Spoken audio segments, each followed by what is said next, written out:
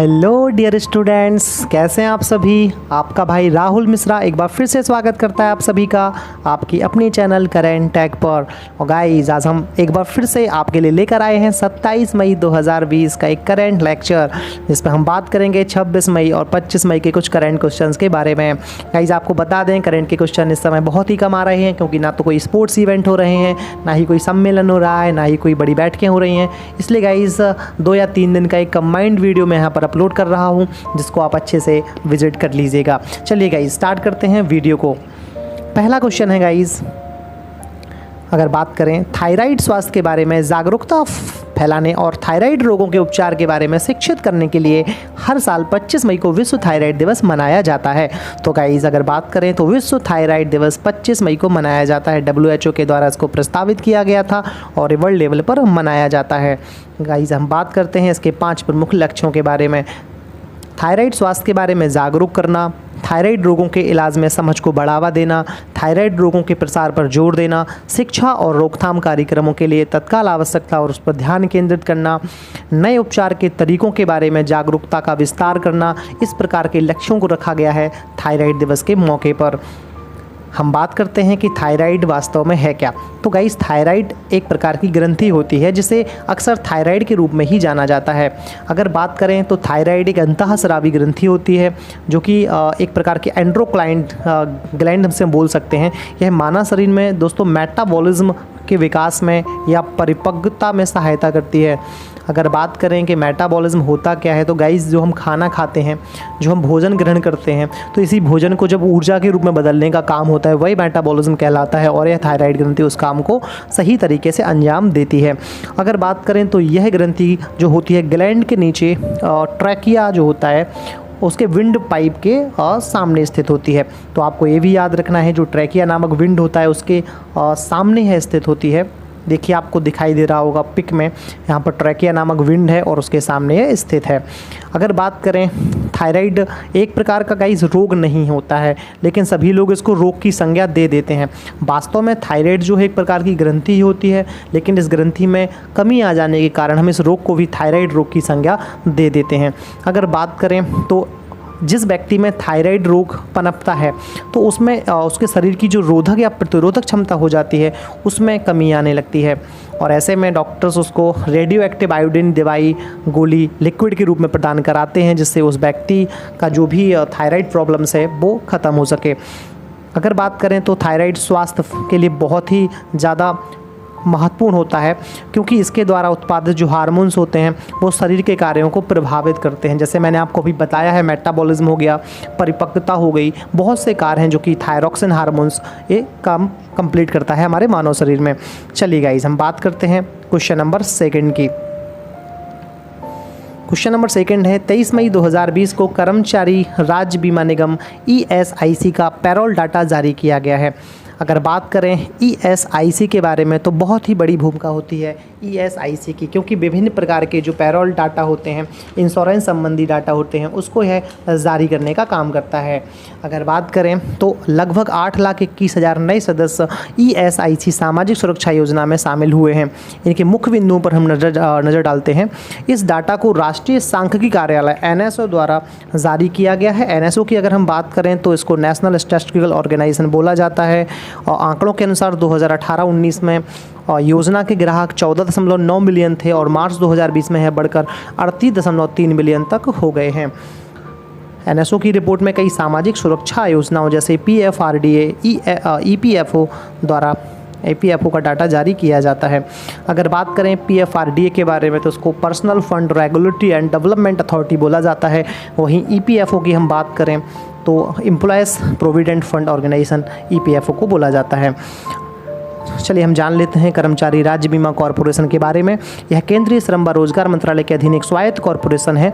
यह कर्मचारियों की बीमा का प्रबंधन भी करता है। इसकी स्थापना कर्मचारी राज्य बीमा अधिनियम 1948 के तहत की गई थी और इसकी स्थापना 24 फरवरी 1951 को की गई थी। आप इसको याद रखेंगे, 24 फरवरी 1951 को। अगर इसके हेडक्वार्टर की बात करी जाए तो इसका हेडक्वार्टर न्यू दिल्ली में है। और ESCE में दक्षिण एशिया के लिए ISSA का संपर्क कार्यालय भी स्थित किया गया है। यह संपर्क कार्यालय भूटान, बांग्लादेश, श्रीलंका, नेपाल तथा ईरान में ISSA के सदस्य संगठनों के साथ सामाजिक सुरक्षा के लिए समन्वय का काम भी करता है। आप इसको भी याद रखेंगे। दक्षिण एशिया के लिए कितने देश शामिल हैं? 1 2 3 4 5 यानी 5 देश मिलकर इसके लिए काम करते हैं। और छठवां देश अपना कौन सा है? छठवां देश भारत भी इसमें है।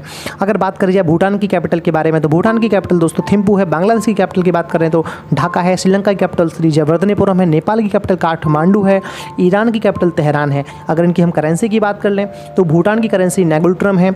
अगर बात करें बांग्लादेश की करेंसी तो टका है। श्रीलंका की करेंसी की बात करें तो रुपये है। नेपाल की करेंसी भी रुपये है और ईरान की करेंसी रियाल है। तो गाइस इससे भी 1-2 क्वेश्चन बन जाते हैं एग्जाम में, तो इसको डीपली डिस्कस करना बहुत ज़रूरी होता है हमारे लिए। चलिए हम बात करते हैं योजना में बदलाव क्या किया गया है। जून 2020 से भारत सरकार ने इस योजना के तहत योगदान की दर कम कर दी है। नियोक्ता का योगदान 4.75% से घटाकर के 3.25 और कर्मचारी का योगदान 1.75% से घटाकर 0.75% कर दिया गया है। साथ ही जो कर्मचारी 137 रुपया उससे कम प्रतिदिन कमा रहे थे उनके योगदान के भुगतान में छूट दी गई है। तो ये बहुत ही ज़्यादा इंपॉर्टेंट यहाँ पर किया गया है उन कर्मचारियों के लिए जिनका जो उनका दैनिक इनकम थी वो 137 रुपया उससे कम थी, तो उनके भुगतान को जो उनका योगदान था उसमें भुगतान से उनको छूट दी गई है। चलिए हम बात करते हैं क्वेश्चन नंबर 3 के बारे में। क्वेश्चन नंबर 3 को डिस्कस करते हैं। 24 मई 2020 को वर्ल्ड स्टील एसोसिएशन ने वर्ल्ड स्टील रिपोर्ट जारी करी है। इस रिपोर्ट के अनुसार भारत में क्रूड स्टील में 65% की गिरावट आई है। अप्रैल 2020 के दौरान भारत का इस्पात उत्पादन 3.13 मिलियन टन के आसपास था, जिसमें अब बढ़कर जो गिरावट आई है लगभग वो 65% के आसपास दर्ज करी गई है। चलिए गाइस हम बात करते हैं इसके कुछ मुख्य बिंदुओं के बारे में। अप्रैल 2019 में भारत ने 9.02 मिलियन टन का उत्पादन किया था।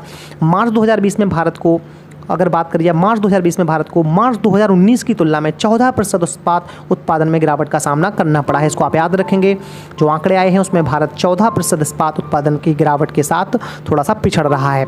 अगर बात करें इस रिपोर्ट में यह भी कहा गया है कि वैश्विक इस्पात उत्पादन में 13% की गिरावट दर्ज करी गई है। तो गाइस ग्लोबल स्तर पर भी जो इस्पात उत्पादन है उसमें गिरावट आई है। अप्रैल 2019 में वैश्विक इस्पात उत्पादन जो कि 157.67 मिलियन टन के आसपास था और अब हम देखते हैं अप्रैल 2020 में यह घटकर 137.0 मिलियन टन ही रह गया है। तो आप देख सकते हैं कितनी बड़ी गिरावट दर्ज करी गई है वैश्विक स्तर पर। और अगर हम बात करें तो अमेरिका, चाइना जैसे देश भी इससे प्रभावित हुए हैं। इस रिपोर्ट की हम मुख्य बातें देख लेते हैं। चाइना ने इस्पात उत्पादन में 1.7% की गिरावट को दर्ज किया है। यह पहली बार हुआ है जब चाइना उत्पादन में इतनी बड़ी गिरावट का गाइस सामना कर रहा है। चाइना की राजधानी गाइस बीजिंग है। और अगर बात करें तो चाइना का वुहान शहर जहां से ये वायरस पहली बार फैला था। और अगर बात करें तो वुहान का वो मार्केट सी मार्केट जहां से ये वायरस निकला था। ये पहले ही मैं डिस्कस कर चुका हूँ। कोविड-19 पर जो वेस्ट वीडियो है वो बना चुका हूँ। और अगर आप वो वीडियो देखना चाहते हैं तो जाकर के मेरे चैनल पर देख लीजिएगा। प्लेलिस्ट में वो वीडियोज़ अभी भी डली हुई हैं कोविड-19 के नाम से, तो गाइज उनको प्ले करिएगा। और कोविड-19 से संबंधित अगर आपकी जानकारी अब भी अधूरी है तो उसे आप पूरी करिएगा। चलिए गाइज हम आगे बात करते हैं। अगर बात करें तो अमेरिका को 32% की गिरावट का सामना करना पड़ा है। अगर बात करें तो अमेरिका की कैपिटल वाशिंगटन डीसी है और वहाँ के राष्ट्रपति डोनाल्ड ट्रंप हैं। और अमेरिका अगर वर्तमान परिदृश्य में देखें तो कोविड-19 एक्टिव केसेस के मामले में दुनिया में पहले नंबर पर है। और अगर हम डेथ की बात करें तो दुनिया में कोविड-19 से जो सर्वाधिक डेथ हुई हैं वो अमेरिका में ही हुई हैं और यह पहले नंबर पर बना हुआ है। चलिए हम बात करते हैं दक्षिण कोरिया के इस्पात उत्पादन में 8.4% की गिरावट आई है। दक्षिण कोरिया की राजधानी का सियोल है। यूरोपीय संघ, फ्रांस, इटली, तुर्की, स्पेन, रूस, यूक्रेन और ब्राज़ील जैसे अन्य वैश्विक इस्पात उत्पादकों को भी अपने उत्पादन में गिरावट का सामना करना पड़ा है। तो गाइस अगर बात करी जाए तो बहुत ही बड़ी मात्रा में इन देशों को गिरावट का सामना करना पड़ रहा है। यूरोपीय संघ के अंतर्गत आने वाले देश हैं गाइस। फ्रांस की कैपिटल पेरिस है, इटली कैपिटल यहाँ पर रोम है, तुर्की कैपिटल अंकारा है, स्पेन की कैपिटल मैड्रिड है। अगर बात करें रूस की कैपिटल तो मॉस्को है, यूक्रेन की कैपिटल की बात करें तो कीव है। और अगर ब्राज़ील के कैपिटल की बात करी जाए तो ब्राज़ील की कैपिटल ब्राज़ीलिया है। चलिए गाइस हम बात करते हैं राष्ट्रीय इस्पात नीति के बारे में। भारत वर्तमान में अपनी राष्ट्रीय इस्पात नीति 2017 के तहत काम कर रहा है। इस नीति के तहत भारत को 2030 तक अपने इस्पात उत्पादन को 300 मिलियन टन तक बढ़ाना है। इसका उद्देश्य भारत को इस्पात में आत्मनिर्भर बनाना भी है। लेकिन लॉकडाउन का टाइम चल रहा है, कोविड-19 के केसेस बढ़ रहे हैं। ऐसे में जो भारत सरकार की जो लक्ष्य है 2030 तक का अपने इस्पात उत्पादन को 300 मिलियन टन करने का, उसमें थोड़ी सी बढ़ोतरी भी हो सकती है। 2030 से यह लक्ष्य आगे बढ़कर 2032 या 33 तक भी गाइस हो सकता है।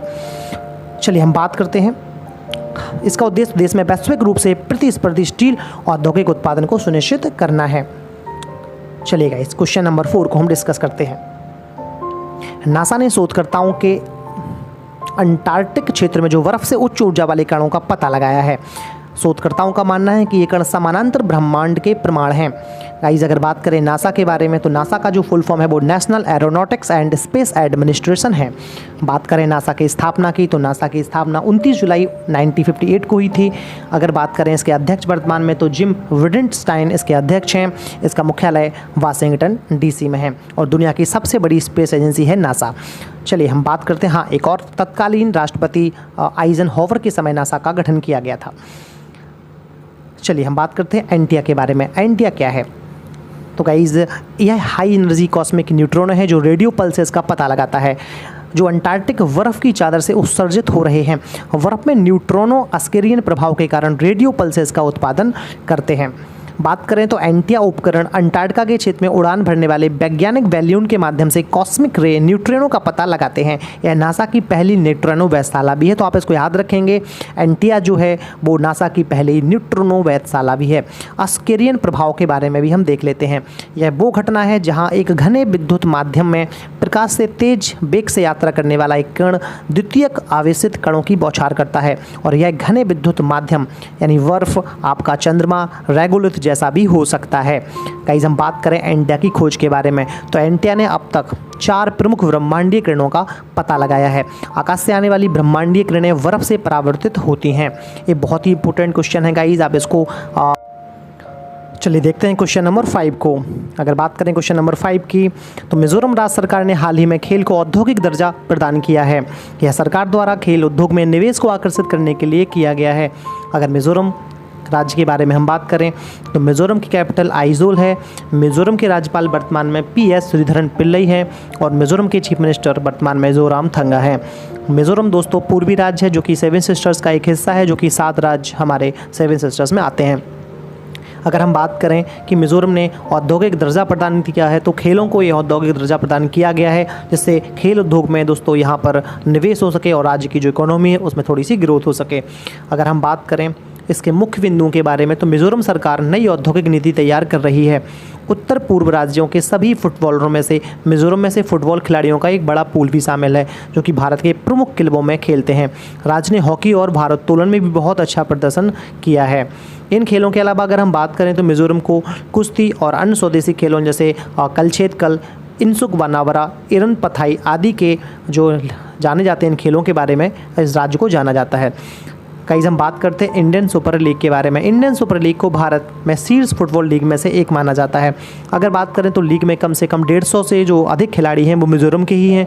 लीग को 2013 में भारत में फुटबॉल के खेल को बढ़ाने के उद्देश्य से लॉन्च किया गया था। लीग को सबसे पहले all India football federation, star sports और अलायंस ने लॉन्च किया था। और अगर इंडियन सुपर लीग के हम पहले फॉर्मेट की बात करें तो उसका पहला फॉर्मेट 2014 में आयोजित किया गया था, जबकि 2013 में इसको फाउंड किया गया। और अगर बात करें इसके लास्ट जो उसका लीग हुआ था, लास्ट फॉर्मेट हुआ था 2020 में हुआ था और उसका जो विजेता था गाइस वो ETK फुटबॉल क्लब रहा था। तो 2020 के आप विजेता का नाम याद रखिए, ETK क्लब, जिसको गाइस हम एथलेटिक दी कोलकाता क्लब भी बोलते हैं। चलिए गाइस हम बात करते हैं क्वेश्चन नंबर 6 के बारे में। 24 मई 2020 को सड़क परिवहन और राज्य मार्ग मंत्रालय ने VS6 के लिए L7 श्रेणी के लिए उत्सर्जन मानदंडों को अधिसूचित कर दिया है। इस अधिसूचना के साथ देश में VS6 प्रक्रिया LMN श्रेणी के वाहनों के लिए पूरी हो गई है।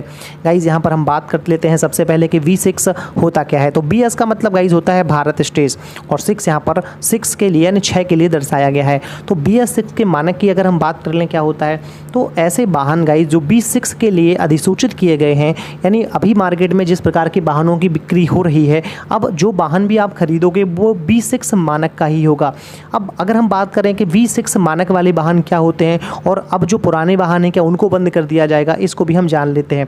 तो गाइस जो पुराने वाहन हैं उनको बंद नहीं किया जाएगा, लेकिन अभी आप जो नया वाहन लोगे वो B6 मानक पर ही आधारित होने वाला है, यानी उस पर जो मानक चिन्ह होगा वो BS6 का होगा। अगर BS6 की बात करें तो इसमें एक प्रकार का नया इंजन होता है जिसमें एक अलग टाइप के फिल्टर्स सेल्स होते हैं, जिसमें PM2.5 जैसे जो छोटे छोटे कण होते हैं उनको रोका जाता है, और CO2 में जो वृद्धि होती है उसमें थोड़ी बहुत कमी भी दर्शाई जा सकती है। तो जो PM25 की हम बात कर रहे हैं, इसको हम पार्टिकुलेट मैटर बोलते हैं, जो कि बहुत ही महीन कण होते हैं और पर्यावरण को प्रदूषित करने का काम करते हैं। तो V6 मानक के जो फिल्टर हैं ऐसे महीन कणों को बाहर जाने से रोकेंगे। इससे पर्यावरण में कुछ हद तक जो पॉल्यूशन वगैरह हो रहा है उसमें कमी आ सकेगी। तो आप समझ रहे होंगे V6 मानक है क्या। चलिए इसके मुख्य बिंदुओं के बारे में हम बात कर ही लेते हैं। यह उत्सर्जन मानदंड क्वाड्री साइकिल के उत्पादन को प्रोत्साहित करेंगे। भारत में क्वाड्री साइकिल सेगमेंट लगभग 2 साल पहले पेश किया गया था। इसका उत्पादन अभी पूर्ण रूप से शुरू नहीं हुआ है। चलिए हम जान भी लेते हैं क्वाड्री साइकिल वास्तव में होता क्या है। क्वाड्री साइकिल सेगमेंट 2018 में वाणिज्यिक और निजी उपयोग दोनों के लिए पेश किया गया था। क्वाड्री साइकिल एक ऐसा वाहन होता है जो कि 3 व्हीलर के आकार का होता है, लेकिन 4 पहियों से ये चलता है। मोटर वाहन अधिनियम 1988 के तहत क्वाड्री साइकिल को गैर परिवहन के रूप में भी डाला गया था। आप देख सकते हो, आपको जो दिखाई दे रहा है पिक, इसको हम क्वाड्री साइकिल की श्रेणी में रख सकते हैं फॉर एग्जाम्पल के रूप में। चलिए गाइस, हम बात करते हैं भारत में कार्गो परिवहन के लिए क्वाड्री साइकिल की अनुमति नहीं है। उन्हें जोरदार क्रैश टेस्ट से गुजरना पड़ता है, और Bharat new vehicle safety assessment programme के सुरक्षा मानदंडों को पूरा करने में लगा हुआ है। अगर बात करें L7 श्रेणी के बारे में, तो 400 किलो से अधिक भार वाले जो भी 4 पहियों वाले वाहन होते हैं उनको L7 श्रेणी में रखा जाता है। गाइस, आप टोल प्लाजा पर देखते ही होंगे इस प्रकार की श्रेणी यहाँ पर लिखी रहती है। जो कि L7 के वाहन होते हैं उनको सबसे भारी वाहन अब माना जाता है। चलिए गाइस, हम बात करते हैं विश्व स्वास्थ्य संगठन के बारे में। विश्व स्वास्थ्य संगठन WHO ने हाल ही में 8 उम्मीदवारों के मानव परीक्षण में प्रवेश करने की घोषणा की है। कई लोग ह्यूमन चैलेंज ट्रायल में भाग लेने के लिए आगे आए हैं। ह्यूमन चैलेंज ट्रायल होता क्या है, इसके बारे में भी हम जान लेते हैं। उससे पहले WHO के बारे में हम समझें। WHO का full form world health organisation होता है। इसकी स्थापना 7 अप्रैल 1948 को हुई। इसके अध्यक्ष वर्तमान में टेड्रस एंथम है, और इसका हेडक्वार्टर जेनेवा में है, और जेनेवा स्विट्जरलैंड में है। स्विट्जरलैंड का एक शहर है जेनेवा। अब हम बात करते हैं ह्यूमन चैलेंज ट्रायल क्या है। तो इस परीक्षण में वॉलंटियर जो होता है, उस वॉलंटियर को कोविड-19 वायरस के साथ संक्रमित किया जाता है। यह टीका विकास की प्रक्रिया को गति देने के लिए किया जाता है। अगर बात करें टीके का विकास नैदानिक परीक्षणों के 3 चरणों के माध्यम से किया जाता है। इसे विकसित होने में कई साल लगते हैं। अगर बात करें इसके स्टेप 1 की, तो इस चरण के दौरान लोगों के छोटे समूह का टीका प्राप्त होता है। वैक्सीन उन लोगों को दी जाती है जिनकी विशेषताएं उन लोगों के समान होती हैं जिनके लिए नया वैक्सीन बनाया जा रहा है। यानी कोविड-19 के लक्षण अगर किसी व्यक्ति में दिखाई देते हैं तो उन पर इस वैक्सीन का प्रयोग किया जाता है। अगर बात करें इसका 3rd स्टेप क्या है, तो सुरक्षा और प्रभावकारिता का परीक्षण करने के लिए टीका हज़ारों को दिया जाता है। इस चरण के दौरान प्रतिभागियों को या तो प्लेसिबो का टीका प्राप्त होता है। ह्यूमन चैलेंज ट्रायल नया नहीं है। इससे पहले मलेरिया जब आया था गाइस, तो मलेरिया के लिए भी इस प्रकार के परीक्षण किए गए थे। तभी तो गाइस पता लगेगा कि वैक्सीन काम कर रही है या नहीं कर रही है। अगर बात करें इसके लाभ क्या होते हैं, तो ह्यूमन चैलेंज ट्रायल का मुख्य लाभ यह होता है कि यह परीक्षण को तेज करता है और कई प्रभावकारी टीके अधिक तेजी से उपलब्ध हो सकते हैं। साथ ही इन परीक्षणों के चरण 3 में आवश्यक लोगों की संख्या नियमित परीक्षणों से कम होती है। तो अगर इस प्रकार का जो परीक्षण है आपका ह्यूमन चैलेंज ट्रायल, उसको पूरा कर लिया जाए तो इस वैक्सीन का पता लगाया जा सकता है कि कोविड-19 के लिए कितनी कारगर होगी यह वैक्सीन। तो गाइज, ये थे 25 मई और 26 मई की कुछ मोस्ट करेंट क्वेश्चन। गाइज, अगली वीडियो में मैं जल्दी ही मिलूंगा आपके साथ एक और अच्छी खासी लेक्चर के साथ। तब तक के लिए बाय बाय, ख्याल रखिए अपना और अपनी फैमिली का।